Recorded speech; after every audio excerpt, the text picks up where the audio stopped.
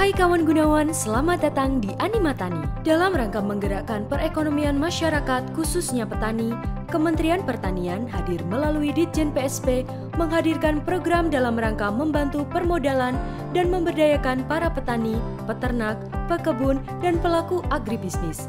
Pemerintah meluncurkan berbagai skema kredit program dengan insentif yang diberikan kepada petani berupa subsidi suku bunga dan atau pinjaman kredit, yaitu kredit usaha rakyat atau yang biasa disebut KUR. Kredit usaha rakyat atau KUR merupakan salah satu skema kredit atau pembiayaan yang diberikan oleh perbankan dengan pola penjaminan yang dilaksanakan atas kerjasama pemerintah, lembaga penjamin, dan perbankan dengan imbal jasa penjaminan disediakan pemerintah yang diperuntukkan untuk mendorong peningkatan perekonomian masyarakat. Nah, tujuan diluncurkannya program KUR diantaranya: A. Mendorong penyaluran kredit atau pembiayaan KUR kepada petani, kelompok tani, gabungan kelompok tani atau Gapoktan, dan pelaku agribisnis lainnya. B. Mendukung percepatan implementasi program di Kementerian Pertanian. C. Membantu penanggulangan kemiskinan dan perluasan kesempatan kerja di sektor pertanian. Siapa saja sih yang bisa mendapatkan KUR? 1. Individu atau perseorangan atau badan hukum yang melakukan usaha produktif mikro, kecil, dan menengah di sektor pertanian. 2. Mengembangkan usaha sektor pertanian untuk komoditas tanaman pangan, hortikultura, perkebunan, dan peternakan. Sobat Gunawan, ada 4 usaha yang dapat dibiayai melalui KUR diantaranya. A. Subsistem hulu. Subsistem hulu yaitu kegiatan ekonomi yang menghasilkan sarana produksi seperti 1. Pengadaan atau perdagangan sarana produksi meliputi pupuk, pestisida, benih, bibit, pakan ternak, dan lain-lain. 2. Pengadaan alsintan prapanen meliputi traktor, pompa air, bajak, pacul, seeder, dan alat mesin pertanian lainnya. B. Subsistem pertanian primer atau budidaya. Sedangkan di dalam sistem pertanian primer atau budidaya terdapat beberapa jenis komoditas pertanian yang bisa diusahakan. Untuk tanaman pangan, komoditasnya seperti kacang tanah, kacang hijau, ubi kayu dan ubi jalar, sorghum, koro, dan lain-lain. Hortikultura, jenis komoditasnya seperti jeruk, pisang, mangga, manggis, durian, bawang merah, cabai merah, kentang, rimpang, tanaman hias atau anggrek, dan lain-lain. Perkebunan, jenis komoditasnya seperti karet, kelapa sawit, kelapa, kakao, kopi, cengkeh, jambu mete, dan rempah-rempah, dan lain-lain. Peternakan, jenis komoditasnya seperti ayam buras, ayam ras, itik, kambing, domba, kelinci, dan babi, dan lain-lain. C. Subsistem hilir merupakan usaha yang mengolah dan memasarkan komoditas pertanian seperti penggilingan padi, pengadaan dan memasarkan hasil pertanian yang bisa dibiayai oleh KUR seperti kegiatan pengadaan atau pemasaran hasil produksi, pengadaan alat mesin pertanian, baik prapanen maupun pasca panen untuk di sektor tanaman pangan, hortikultura, perkebunan, dan peternakan. D. Subsistem penunjang. Yang terakhir yaitu subsistem penunjang, yaitu kegiatan yang menyediakan jasa penunjang sektor pertanian seperti penyiapan teknologi dan dukungan permodalan untuk berusaha tani. A. Calon debitur KUR dapat mengajukan permohonan memperoleh KUR kepada 1. Penyalur KUR, 2. Perusahaan penjamin, 3. Kementerian Teknis, atau 4. Pemerintah daerah. B. Penyalur KUR, perusahaan penjamin, Kementerian Teknis, dan pemerintah daerah mengunggah data calon debitur dalam SIKP.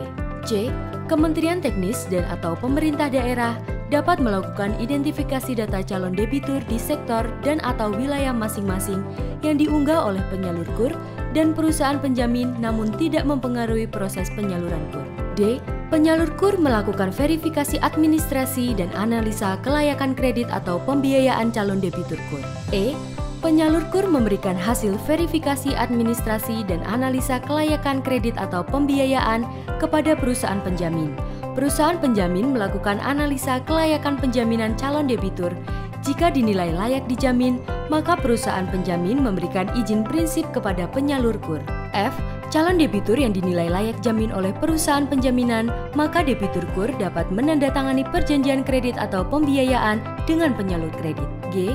Perusahaan penjamin dapat menerbitkan sertifikat penjaminan maksimal 5 hari kerja setelah permohonan penerbitan sertifikat penjaminan apabila memenuhi persyaratan penjaminan. A.